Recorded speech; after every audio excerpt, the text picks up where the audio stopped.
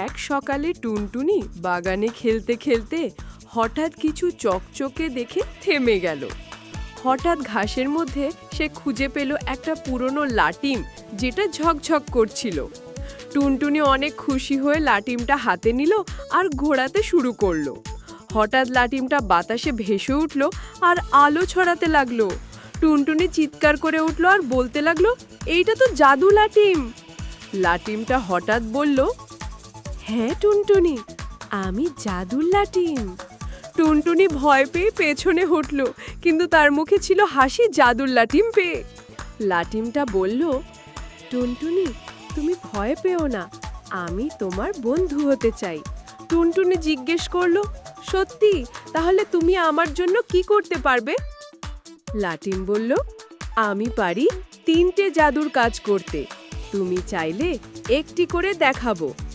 টুনটুনি লাটিমকে বলল, তাহলে এক্ষুনি আমি তোমার প্রথম জাদু দেখতে চাই। লাটিম টুনটুনিকে জিজ্ঞেস করলো, তোমার প্রথম ইচ্ছে কি, আমাকে বলো। টুনটুনি বলল, আমি একটা ছোট সুন্দর ট্রি হাউস চাই, একেবারে আমার মতো।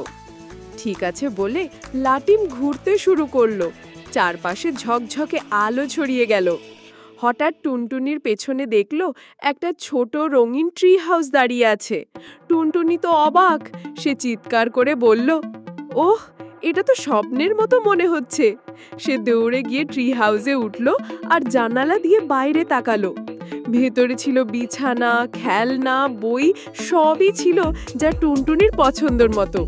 টুনটুনি লাটিমকে বলল, তুমি তো সত্যিই জাদুকর, তুমি আমার জন্য আর কি করতে পারো? লাটিম বলল, এই তো প্রথম জাদু, আরো 2টো বাকি টুনটুনি, তাই নাকি বন্ধু? বিকেলে টুনটুনি নিজের ট্রি হাউসে বসে ভাবছিল কি চাইবে দ্বিতীয় জাদুতে। হঠাৎ সে জানালা দিয়ে দেখে এক দরিদ্র মেয়ে কাঁদছে, বোলের ধারে কান্না করছে। টুনটুনি দৌড়ে নিচে নামলো, তারপর মেয়েটির কাছে গেল। সে জিজ্ঞেস করলো, তুমি কাঁদছো কেন? তোমার বাবা মা তারা কোথায়? মেয়েটি বলল, আমার বাবা মা নেই, আমার ঘরও নেই, খাবার কিছু নেই। টুনটুনি বলল, তোমার জন্য আমি কিছু একটা করব, তুমি কি চাও? ঘর ও খাবার। টুনটুনি লাটিম ঘুরিয়ে বলল, আমার দ্বিতীয় ইচ্ছে, এই মেয়ের জন্য একটা ঘর ও খাবার চাই।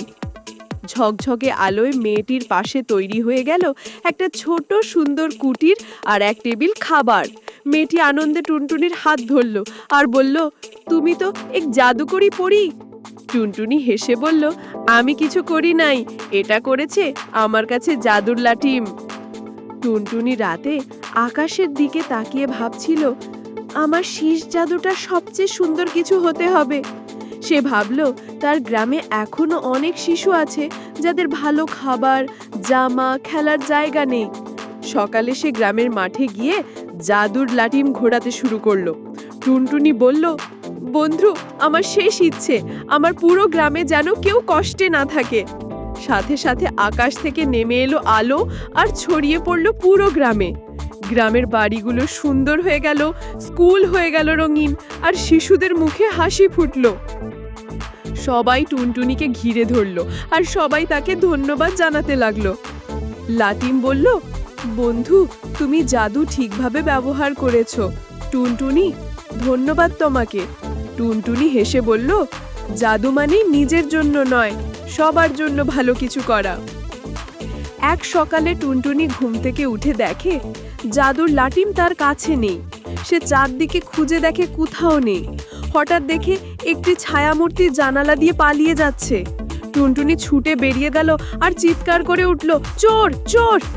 চোর জঙ্গলের ভিতরে ঢুকে গেল আর লাটিমটা ধীরে ধীরে আলো নিভিয়ে ফেলল।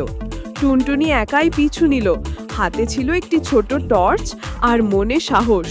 হঠাৎ গভীর বনে সে পেল একটি রহস্যময় কুটির, ভিতরে আলো জ্বলছে। সে জানালা দিয়ে দেখলো এক দুষ্ট লোক লাটিম ঘোরাচ্ছে আর বলছে, এবার আমি রাজা হব। কিন্তু লাটিম কাজ করছে না, কারণ সে টুনটুনির অনুমতি ছাড়া ব্যবহার করতে পারবে না। ঠিক তখনই টুনটুনি ঝাঁপিয়ে ঢুকে বলল, শয়তান, জাদু কখনো চুরি করে পাওয়া যায় না। লাটিম খুশি হয়ে নিজে থেকে উড়ে এসে টুনটুনির হাতে। নতুন নতুন জাদুর গল্প দেখতে লাইক, কমেন্ট, শেয়ার এবং সাবস্ক্রাইব করে সাথে থাকবেন। ধন্যবাদ।